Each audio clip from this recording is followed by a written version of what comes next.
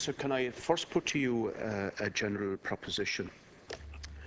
If you agree that the selling off of publicly owned assets was and is an extremely short-sighted policy, a policy indeed that was driven by the ruthless neoliberal outlook of the Troika,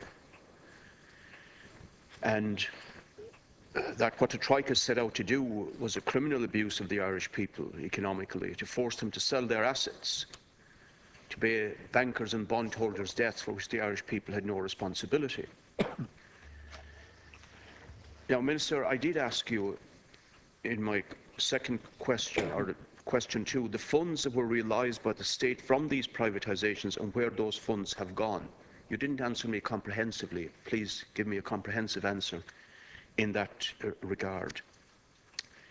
And may I ask you then, in particular, with regard to the privatisation of Bord Gáis Éireann, can you give us the rationale for what you agreed in this regard?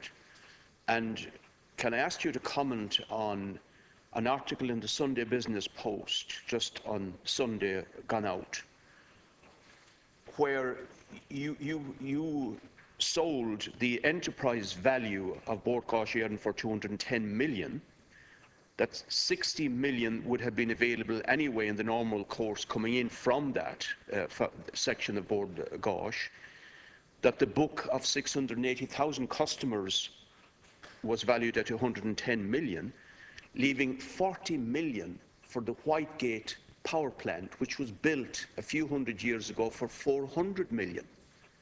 Can you explain this incredible divergence? Thank you. Minister.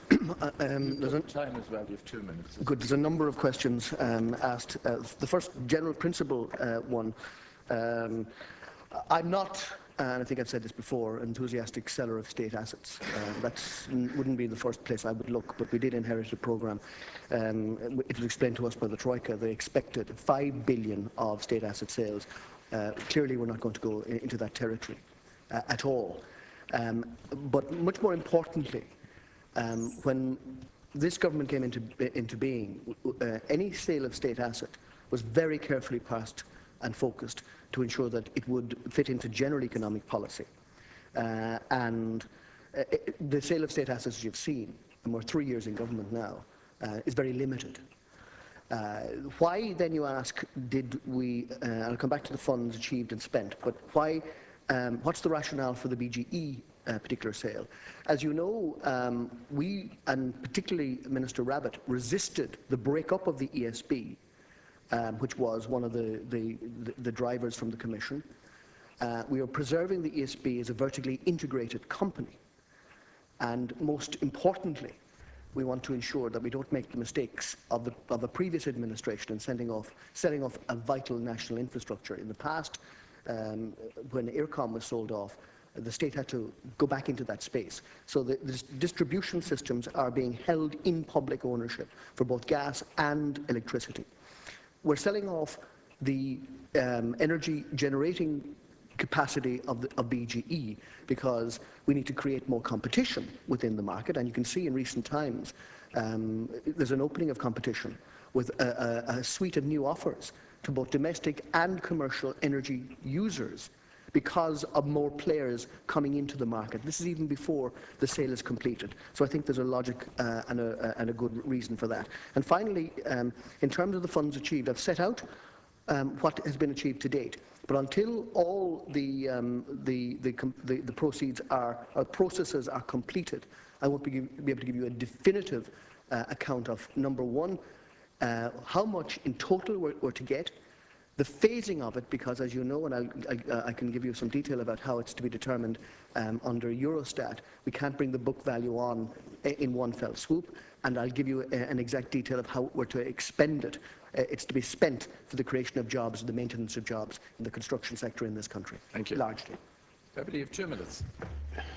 Minister, can you agree with me that it's a fallacy that to sell off crucial state assets for competition when in fact the state, particularly if it restructured the boards of those assets like electricity generation and gas in a democratic way, could determine the price, and a fair price for ordinary people could be achieved.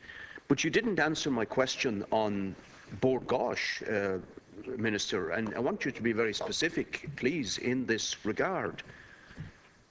How on earth would you sign off on the sale of a facility, Whitegate Power plant, that came into commercial production only 4 years ago at a cost of 400 million, and the calculation is that you realise 40 million for it in the sale? Well, you can explain in some detail, if you would, please. And secondly, the rationale of putting Uisce Éireann under the umbrella of Bord Gáis was because of so-called synergies, that Bord Gáis had a database of consumers and customers, etc. Now, where does your sale of this leave that rationale in relation to Uisce Éireann? I omitted to answer the first question. I'll do it now. In relation to, we decided to sell BGE business in its entirety in order to maximise exchequer, not break it up and sell it in modules. To maximise exchequer receipts, EU rules for separation of competitive energy businesses from the strategic gas networks apply. Now, Centrica, Brookfield and Icon, as a consortium, bid the highest price for the entire business, and we've agreed to sell on that basis. We have to sell to the highest bidder, and that's our objective. It is not a matter for us how they apportion the individual unit costs within the sale. So how the individual members of the consortium, either Centrica, Brookfield or Icon, distribute the assets between them and how they determine how that contributes to the overall selling price is a matter exclusively for them. We're only interested in the net overall price, which... But no, the bottom line is it's not for us to break down the components. That's the very point I'm making. We're selling it as a unit, and we're looking at the highest price, fair value, by any analysis. The 1.1 billion, which was the total price paid, is a fair price.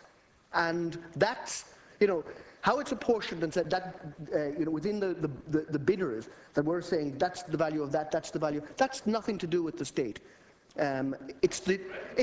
But do you not understand the net point?